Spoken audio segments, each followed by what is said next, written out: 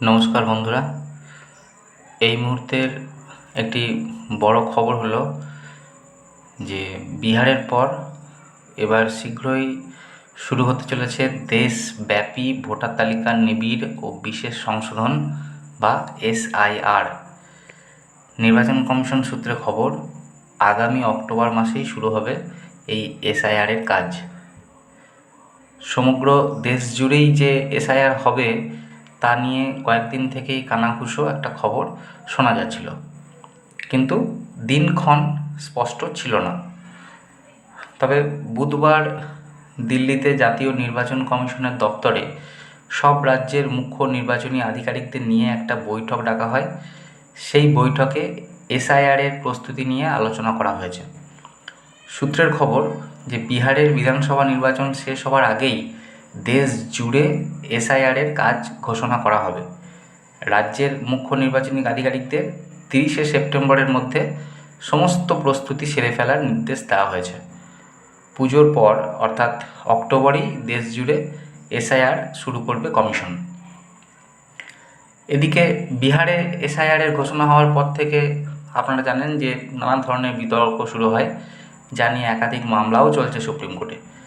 SIR চলাকালীন কমিশনের খসড়া তালিকা থেকে প্রায় 65 লক্ষ ভোটারের নাম বাদ পড়ে গেছিল, যা নিয়ে উঠেছিল বিস্তর প্রশ্ন।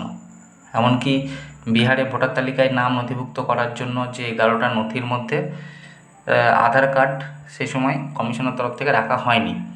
পরবর্তীকালে সেই নিয়ে সুপ্রিম কোর্টে মামলা হয়। সুপ্রিম কোর্ট অবশ্য জানায় যে ব্যক্তি পরিচয়ের প্রামাণ্য নথি হিসাবে আধার কার্ড ব্যবহার করা যাবে, তবে এই নিয়ম আপাতত শুধু বিহারের জন্যই রয়েছে। সেই সঙ্গে শীর্ষ আদালত ও কমিশন স্পষ্ট করে দিয়েছে যে আধার শুধুমাত্র পরিচয়পত্র, কোনোভাবেই নাগরিকত্বের প্রমাণপত্র কিন্তু নয়। অন্যদিকে এই এসআইআর নিয়ে প্রথম থেকেই বিরোধিতা জানিয়েছে রাজ্যের শাসক দল তৃণমূল সহ অন্যান্য বিরোধী দলগুলি।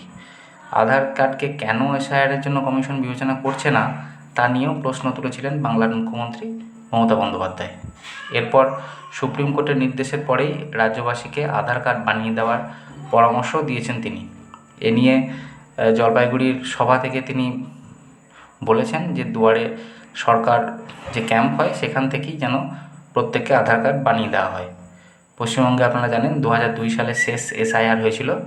সে বছর ভোটার তালিকা এর মধ্যেই প্রকাশ্যে এসেছে কমিশনের সূত্রে। তার উপর আগামী বছর পশ্চিমবঙ্গের বিধানসভা নির্বাচন রয়েছে, অর্থাৎ 2026 সালে। তার আগে এই যে দেশ জুড়ে এসআইআরের সিদ্ধান্ত কমিশনের, সেটা যথেষ্ট তাৎপর্যপূর্ণ বলে মনে করছে সংশ্লিষ্ট মহল।